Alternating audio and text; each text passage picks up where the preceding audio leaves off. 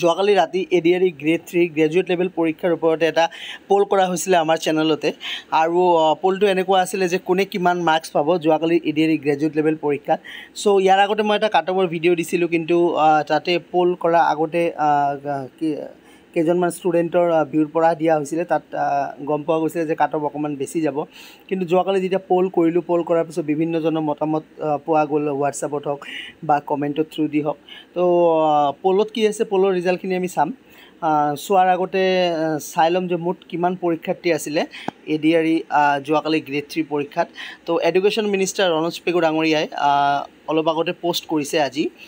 যে যোৱাকালি যি পেপাৰ 4 আৰু পেপাৰ 5 পেপাৰ 4 হ'ল আপোনাৰ গ্ৰেজুৱেট লেভেল আৰু পেপাৰ 5 হৈছে গ্ৰেড 3 কিন্তু ড্ৰাইভাৰ পোষ্ট তো গ্ৰেড 3 গ্ৰেজুৱেট লেভেলৰ মুঠ যোৱাকালি পৰীক্ষাৰ্থী আছিলে 3,63,237 ঠিক আছে দ্যাট মিন্স বহুত কেণ্ডিডেট এবসেণ্ট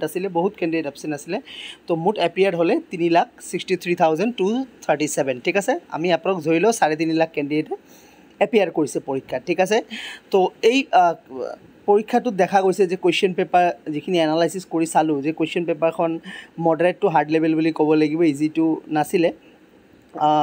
তো আমি জিকেৰ কথা যদি চাওঁ জিকেত ৱাৰ্ল্ড জিকে বহুতখিনি সোমাই দিছে লিটাৰেচাৰৰ ওপৰত বহুতখিনি কুৱেশ্যন দিছে আৰু কিছু আননেচেচাৰী কুৱেশ্যনো দেখা গৈছে যেনেকৈ ডৰেমনৰ কুৱেশ্যনটো আননেচেচাৰী কুৱেশ্যন কোনে কুৱেশ্যন কাটিলে এইটো একচুৱেলি ডৰেমনৰ কুৱেশ্যনটো কি কাৰণে দিলে মই ভাবি নাপালোঁ ঠিক আছে এডুকেশ্যনৰ লগত সেইখিনি কি ধৰণে জড়িত নাজানো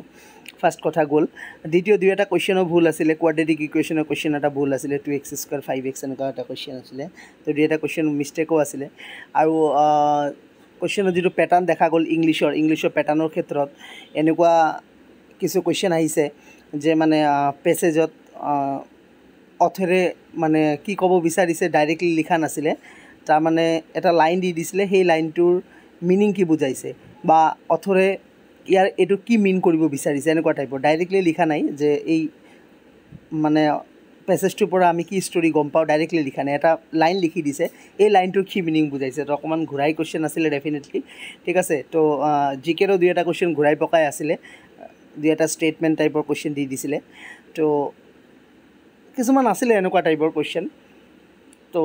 সেই হিচাপে যদি আমি চাওঁ মডাৰেট টু হাই লেভেল কুৱেশ্যন আছিলে কিন্তু এতিয়া পোলটো চাই লওঁ আমি যে পোলত কি কৈছে পোলত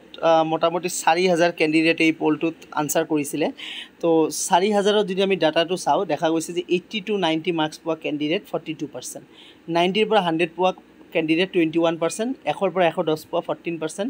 110ৰ পৰা 120 পোৱা 8% 120ৰ পৰা 130 পোৱা 14% ঠিক আছে তো মই এটা হিচাপ ওলাইছোঁ যে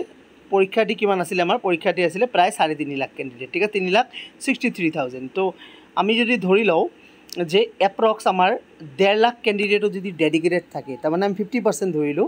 ঠিক আছে 45% এনেকুৱা টাইপৰ কেণ্ডিডেট ডেডিকেটেডলি পৰীক্ষা দিছে ঠিক আছে এই ডেডিকেটেড কেণ্ডিডেটৰ আমি যদি 21% হিচাপ কৰোঁ 21% ডাটাই কি কৈছে পোলত কৈছে 21% 90ৰ পৰা 100 মাৰ্কছ পাব ঠিক আছে চ' 21% হিচাপ কৰিলে দেখা যায় যে 31,500 ওলায় ঠিক আছে 31,500 কেণ্ডিডেটে 90ৰ পৰা 100 মাৰ্কছ লাভ কৰিব এতিয়া পোষ্ট আছে 7,000 যদি 3 গুণ এক্সট্ৰা কেণ্ডিডেটক স্কিল টেষ্টত মাতে তেতিয়াহ'লে মাতিব কিমান 21,000 যদি 5 টাইমছক মাতে তেতিয়াহ'লে 35,000 কেণ্ডিডেটৰ এপ্ৰক্স মাতিব সেই হিচাপে যদি আমি কাট অফ চাওঁ কাট অফটো পোলৰ পৰা 21%কে গ্ৰেণ্ড কৰিব লাগিব ঠিক আছে তো ইয়াতে এটা এনালাইচিছ ওলোৱা হৈছে এনালাইচিছটো এনেধৰণে আহিব যে জেনেৰেল কাষ্টৰ 96ৰ পৰা 103 কাট অফ আহিব লাগে মেল কেণ্ডিডেট ঠিক আছে জেনেৰেল কাষ্টৰে যদি ফিমেল হয় মহিলা হয় তেতিয়া 92ৰ পৰা 96 যাব লাগে OBC MOBC 91ৰ পৰা 96 male expected cut off OBC MOBC যদি ফিমেল হয় 87ৰ পৰা 92 হ'ব লাগে SC ST হ'লে 80 খিনি কাট অফ যাব লাগে সেই হিচাপত যদি আপোনালোকৰ মাৰ্কছ আছে ঠিক আছে বা ইয়াতকৈ যদি কিছু মাৰ্কছ 2 4 5 7 মাৰ্ক কমো আছে তথাপি বেটাৰ আপোনালোক অলপ কম্পিউটাৰৰ প্ৰিপাৰেশ্যন কৰি থাকক প্ৰিপাৰেশ্যন কেনেকৈ কৰিব কম্পিউটাৰ ইনষ্টিটিউট এখনত লৈ লওক অনলাইনত নকৰিব অনলাইনত কৰিলে কিন্তু এনেই সময় গুচি যাব অনলাইনত আপোনাৰ কেতিয়াও হেৰি নহয় কি বুলি কয় আপুনি সিমান ছাকচেছ হ'ব নোৱাৰিব স্কিল টেষ্টৰ ক্ষেত্ৰত স্কিল টেষ্টত বেটাৰ আপুনি হেৰি কৰক কি বুলি কয় কম্পিউটাৰ ইনষ্টিটিউট এখনত লওক ঠিক আছে বাকী মই কম্পিউটাৰ টেষ্টৰ কাৰণে গাইড কৰি দিম ঠিক আছে চেনেলতে গাইড কৰি দিম গোটেইখিনি একো কোৰ্চ লোৱাৰ প্ৰয়োজন নাই ফ্ৰীতে গাইড কৰি দিম ঠিক আছে কেনেকৈ কি ধৰণৰ প্ৰশ্ন আহে যোৱাবাৰ কি প্ৰশ্ন আহিছিল কি পঢ়িব লাগিব কি এৰিব লাগিব কোনকেইটা কোড আমাৰ জানিব লাগিব এক্সেলৰ ক্ষেত্ৰত কি এইখিনি মই গাইড কৰি দিম সেই হিচাপত আপোনালোকে কম্পিউটাৰ ইনষ্টিটিউটত গৈ কমাণ্ডবোৰ ক'ব যে এই বস্তু মই শিকাই দিব লাগে তেতিয়া বেটাৰ হ'ব কাৰণ ইমান এটা ভাল স্ক'ৰ পোৱাৰ পিছত যদি আপুনি মেইন স্কিল টেষ্টত ওলাই যাব লগা হয় তেতিয়া কিন্তু বহুত ডাঙৰ কথা হ'ব ঠিক আছে সেইকাৰণে বেটাৰ অলপ সময় ৱেষ্ট কৰি